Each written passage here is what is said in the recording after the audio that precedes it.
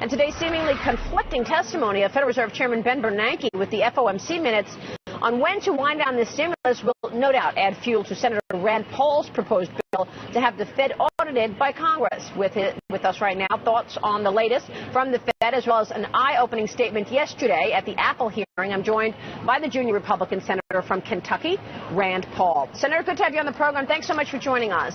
Hey, glad to be with you. Well, you know, there seems to be a difference of opinion on when the end of stimulus between Ben Bernanke and the other Fed officials. What does this suggest to you that there's such division within the Fed walls? Well, you know, I don't even accept the notion that we should have a government stimulus. I think the best stimulus is actually just to leave more money in the hands of those who earn it, and that would mean reducing taxes. That was some of what the debate is about Apple. You know, Apple's one of the largest taxpayers in our country, and the ever-greedy government wants more. I'd say let's spend less and tax less, and that'd be a great stimulus for the economy. Yeah, I want to ask you about that, but I think the comments you made yesterday surprised some. Others were cheered by them. They felt happy that you actually took a stand on this. But let me stick with the Fed for one more moment here. When you proposed your Audit the Fed bill last month, you said the Fed's operates under a cloak of secrecy, and it's gone on too long. If this bill passes, what do you see happening to the Fed? Well, I think there'd be more oversight, and it's the job of Congress to do oversight on agencies and organizations that we create. And basically, the Fed operates largely in secret. We get some window into what they do. But I think they also have too much power in the sense that the housing bubble was created by keeping interest rates below the market rate for such a long period of time that really we need a Federal Reserve less involved with interest rates, less involved with creating new money, less involved with devaluing our currency, because ultimately the ramifications are the boom and bust cycle that we see. Yeah, I guess, you know, the argument on the other side of that is the fact that no one's doing anything else, Senator. I mean, is the Federal Reserve basically bailing out policymakers? We don't necessarily see fiscal policy anyway. We don't see tax reform. We don't see, you know, any real, moves to move the needle on unemployment. So if the Fed weren't there, where would we be in terms of the economy right now? Well, I think we're in the middle of a recession right now that was created by Federal Reserve policy.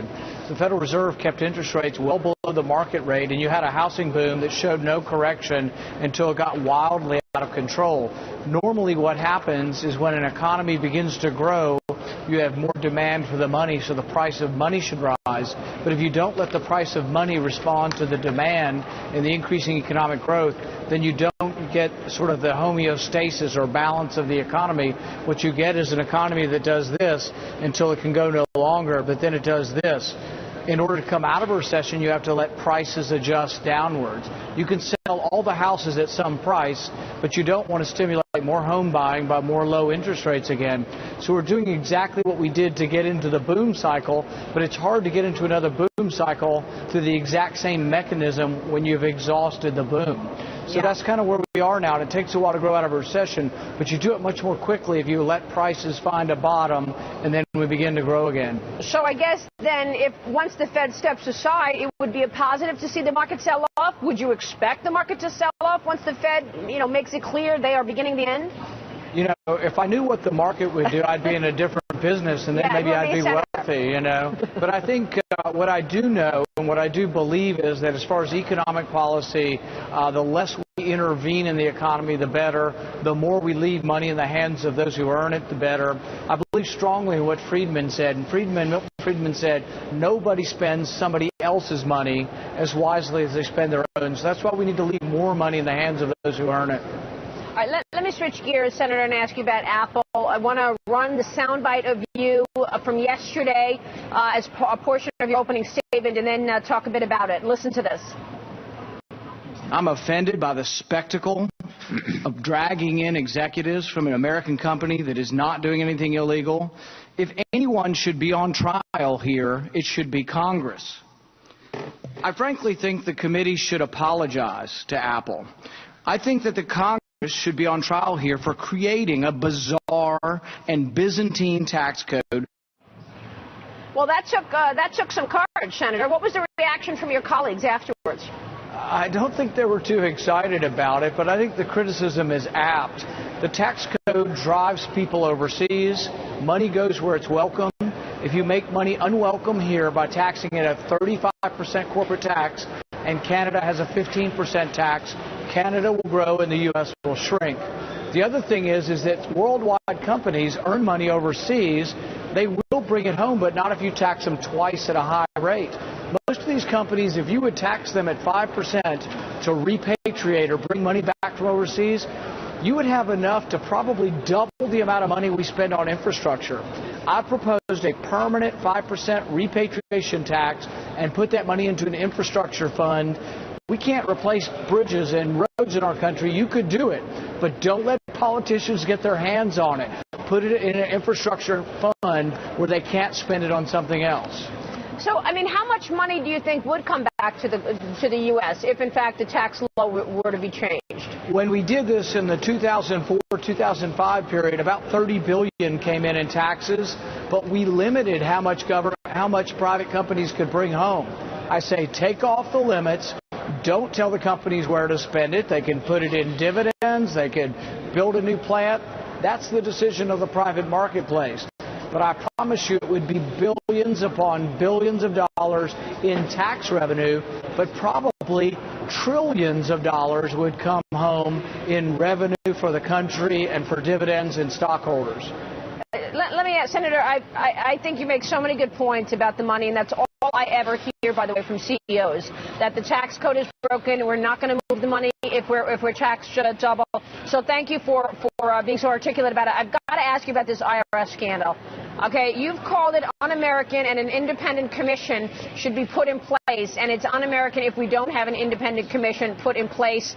Who should be on that commission, and what do you make of the fact that the head of the agency overseeing those tax-exempt groups pleads the fifth? I mean, what does this mean? Is this basically a dead end? We're not going to hear anything more about it because she pled the fifth? That's the real question. And the question is, will the Obama administration actually prosecute people?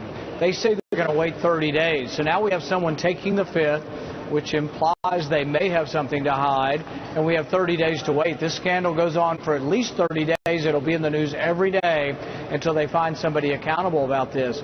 But what I would say, and the reason why I say this is un-American, is I don't care whether it's a Republican or a Democrat. I don't want anybody in charge of the IRS that chooses to go after their political opponents. And I don't care whether you're a Republican, Democrat, or independent in this country. You should be worried that a government agency as powerful as the IRS is being used for partisan purposes, and it should be inexcusable. And they should immediately go off the job while we're investigating it.